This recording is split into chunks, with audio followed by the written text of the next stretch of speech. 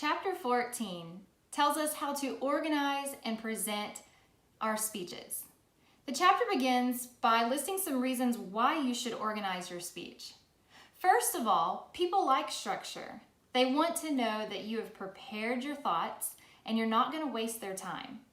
Second of all, it's easier to remember your content when you present it in an organized manner.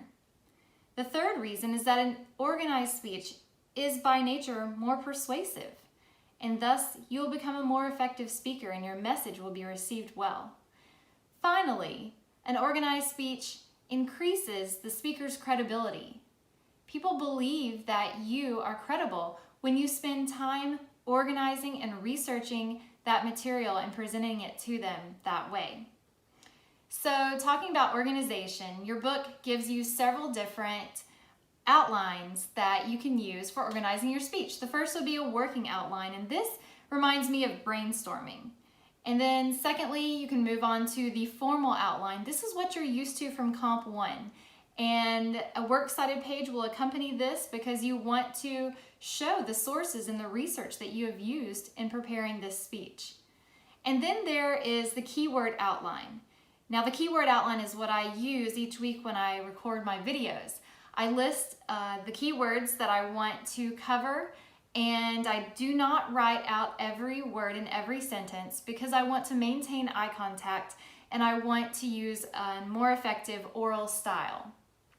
Now, transitions are very important in public speaking because your audience cannot see the start of a new paragraph.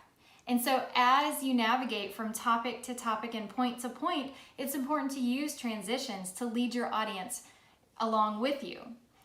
Your book then goes into a discussion about communication apprehension. There are so many reasons that we become anxious about public speaking. Me too.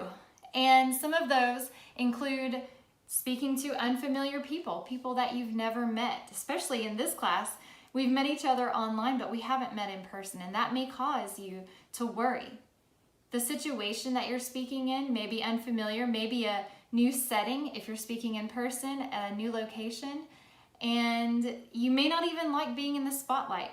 Some people do, but a lot of us would rather take a back seat. You may not like being evaluated, and that may cause you some anxiety as well. Rest assured that I am on your side and I am cheering for you as you give each speech and as you conquer each fear. I am on your team. And then finally, you may have a fear of failure because you failed in the past. Your past does not define you. And I believe that even if you've had bad experiences in the past, you can overcome them and you can become a confident, successful speaker. And I am hoping that this class leads you on that path. Use some positive visualization techniques, just like the athletes do when they are preparing for a sporting event. Picture yourself delivering your speech confidently and enjoying it even, and then you'll find that perhaps you can self-fulfill your own prophecy. Now, the oral style. This is better than the written style because when you use an oral style and you give a speech to deliver your content, you can connect to your audience in a way that you cannot connect just typing out your essay.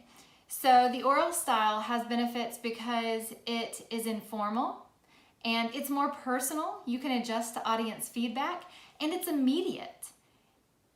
I prefer the oral style over the written style.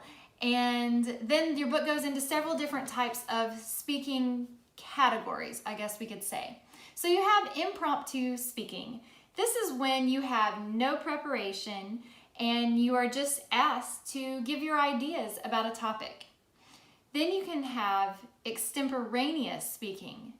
So you can rehearse beforehand, you can research beforehand, but the speech itself is given with little or no preparation at the time. And then you also have what's called manuscript speaking. This is what your news reporters do on the news. They have word for word written out what they are going to say and they just read their manuscript. This is limited in its effectiveness because you can't respond to audience feedback and you might also be distracted by reading so that you cannot give as effective of eye contact as needed. And then, of course, you have memorized speaking, and that takes manuscript speaking to the next level because you simply memorize everything you're going to say and then present it without the ability to adjust it for feedback. So check out the list at the end of this chapter. It gives you guidelines for effective speaking, and I look forward to viewing your upcoming informative speeches.